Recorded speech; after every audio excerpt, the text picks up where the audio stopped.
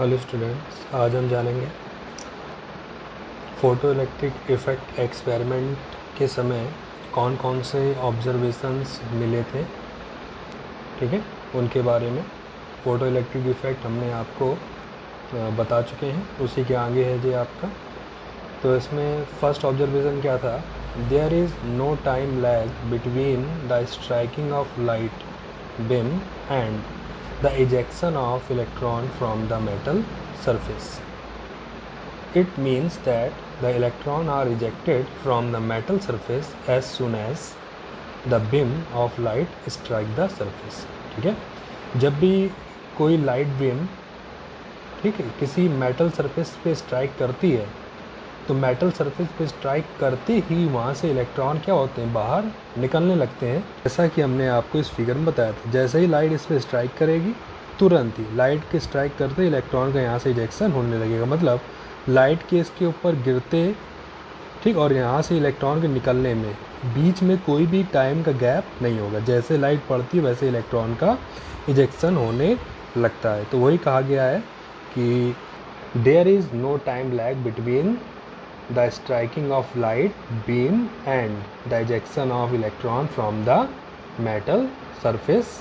ठीक है, जैसे ही मेटल सरफेस पे लाइट की बीम स्ट्राइक करेगी तुरंत ही विदाउट टाइम लैग ठीक है बिना टाइम गैप के वहाँ से इलेक्ट्रॉन का इजेक्शन होने लगता है।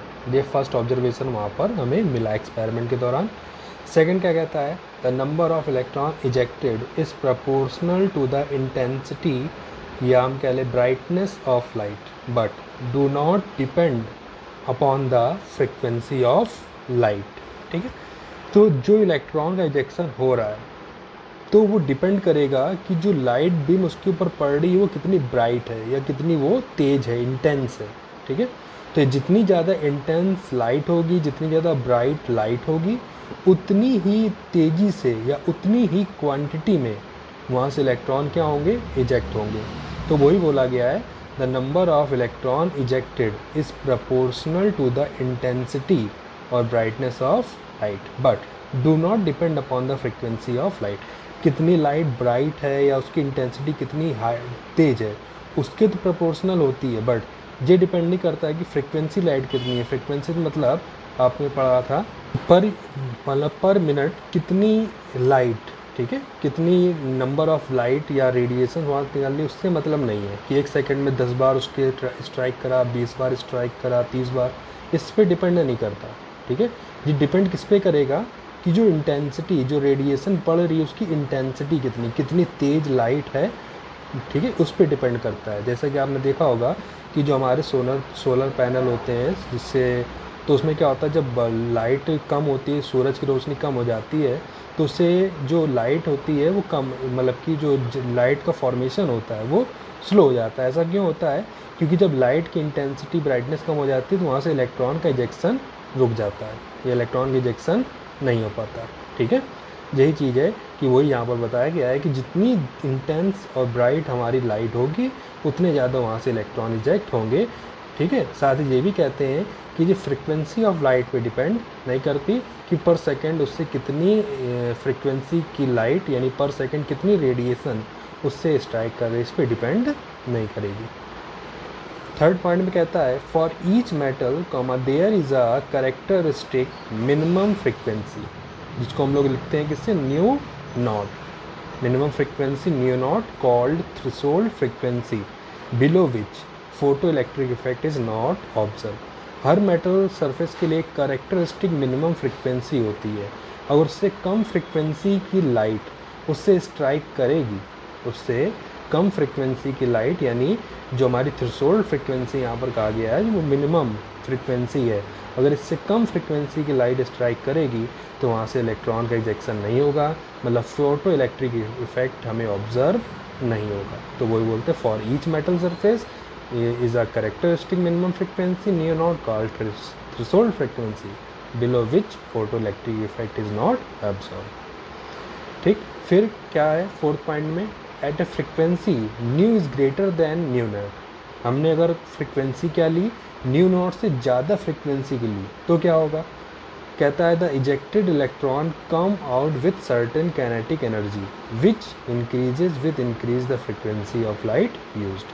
अगर हम थ्रेशोल्ड फ्रिक्वेंसी से ज़्यादा फ्रिक्वेंसी की लाइट को अगर हम उसके ऊपर फॉलोअप करें या उसके ऊपर डालें तो वहाँ से इलेक्ट्रॉन इजेक्ट होंगे, और जो एक्स्ट्रा फ्रिक्वेंसी है वो क्या करेगी, उस इजेक्टेड इलेक्ट्रॉन यानी जो इलेक्ट्रॉन बाहर निकले हैं वो एक्स्ट्रा एनर्जी उस इलेक्ट्रॉन की काइनेटिक एनर्जी को बढ़ा देगी, ठीक है, विच increases with increase of frequency of light used, और जो कि फ्रिक्वेंसी ऑफ लाइट के बढ़ने के साथ क्या करेगी, बढ़ती जाएगी।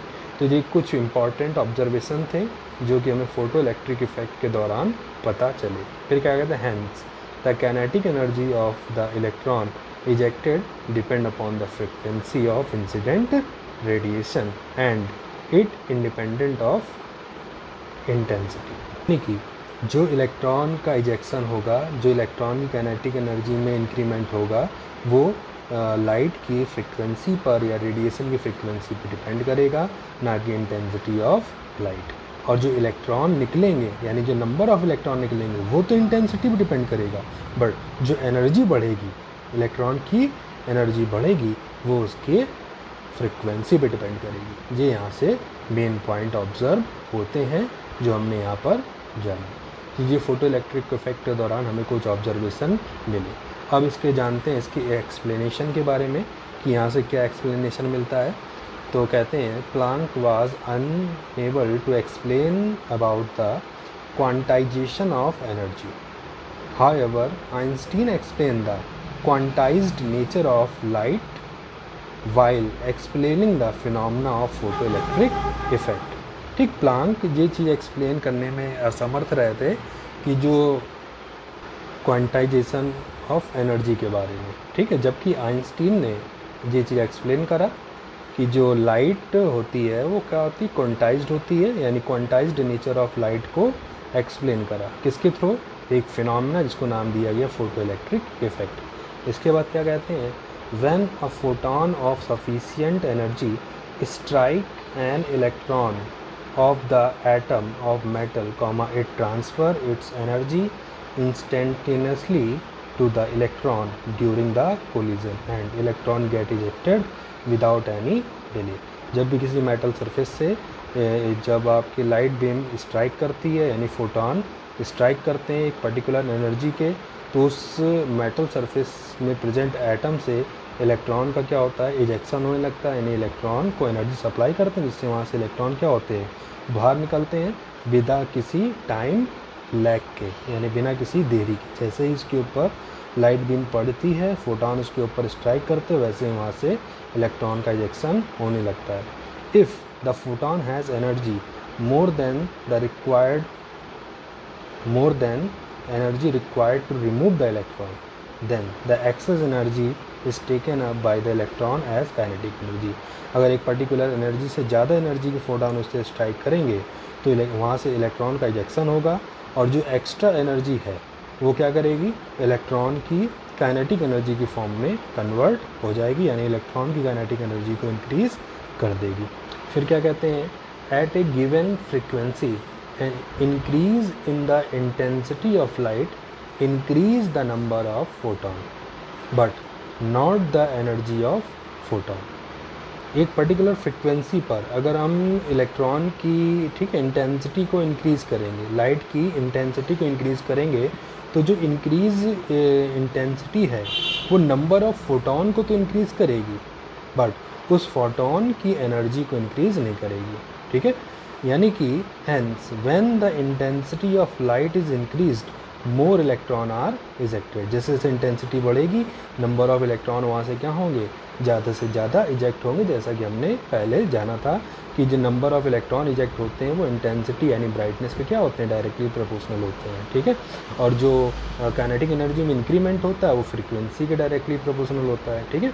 But the energy of these electron are not altered, but energy of electron क्या होगी, अल्टर्ड नहीं होगी, यानी परिवर्तित नहीं होगी। क्यों? क्योंकि हम लोग इंटेंसिटी इंक्रीज़ कर रहे हैं, ब्राइटनेस बढ़ा रहे हैं, ना कि फ्रिक्वेंसी को इंक्रीज़ कर रहे हैं। तो हमें यहाँ से क्या पता चलता है कि एनर्जी ऑफ स्ट्राइकिंग फोटोन, ठीक है, जो एनर्जी स्ट्राइक कर रही है फोटोन की, तो एनर्जी ऑफ स्ट्राइकिंग फोटोन जो होती है वो threshold energy plus kinetic energy के इजेक्टेड इलेक्ट्रॉन के इक्वल होती है, ठीक है।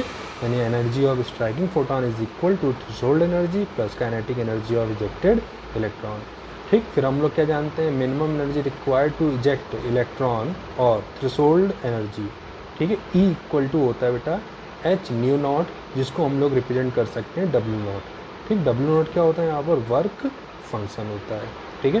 तो यानी हमें पता चल गया थ्रेशोल्ड एनर्जी, ठीक, और energy of striking photon, photon की एनर्जी ई इक्वल टू हमने क्या पढ़ा, एच न्यू पढ़ा, तो हमने ई की जगह क्या रख दिया, एच न्यू रख दिया।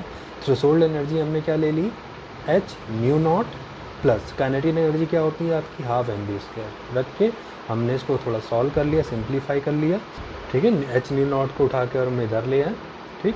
तो h nu minus h nu naught equal to क्या बन गया बेटा, half m v square, where m क्या है, मास ऑफ इलेक्ट्रॉन है, वी क्या है, वेलोसिटी ऑफ इजेक्टेड इलेक्ट्रॉन, ठीक है। इसी को हम लोग कैसे लिख सकते हैं, हाफ एम बी स्क्वायर आपका क्या है, काइनेटिक एनर्जी, तो हमने इसको क्या लिख दिया, kinetic energy equal to h nu minus h nu naught. पूरे में से क्या कॉमन है, एच कॉमन है, एच कॉमन ले लिया, क्या बन गया आपका, एच ब्रैकेट में न्यू माइनस न्यू नॉट, ठीक। फिर हमने क्या मालूम, न्यू फ्रिक्वेंसी है, ठीक है, और फ्रिक्वेंसी यानी न्यू इक्वल टू क्या होता है बेटा, सी अपॉन लैम्डा, तो यहाँ पे क्या हो जाएगा, सी अपॉन लैम्डा माइनस यहाँ पर क्या हो जाएगा, सी अपॉन लैम्डा नॉट, क्योंकि न्यू नॉट है, तो यहाँ पे क्या कॉमन हो गया, सी कॉमन हो गया, और एच तो पहले से कॉमन था, ब्रैकेट में क्या बचा, एच सी ब्रैकेट में 1 upon lambda minus 1 upon lambda naught. तो ये आपका फोटो इलेक्ट्रिक इफेक्ट, उसके कुछ ऑब्जर्वेशंस इंपॉर्टेंस, और उस ऑब्जर्वेशंस को एक्सप्लेन करा बाय फार्मूला, ठीक है, यानी उसके एक्सप्लेनेशन। तो ये आपका था फोटो इलेक्ट्रिक इफेक्ट। अब नेक्स्ट टॉपिक को हम लोग नेक्स्ट वीडियो में जानेंगे।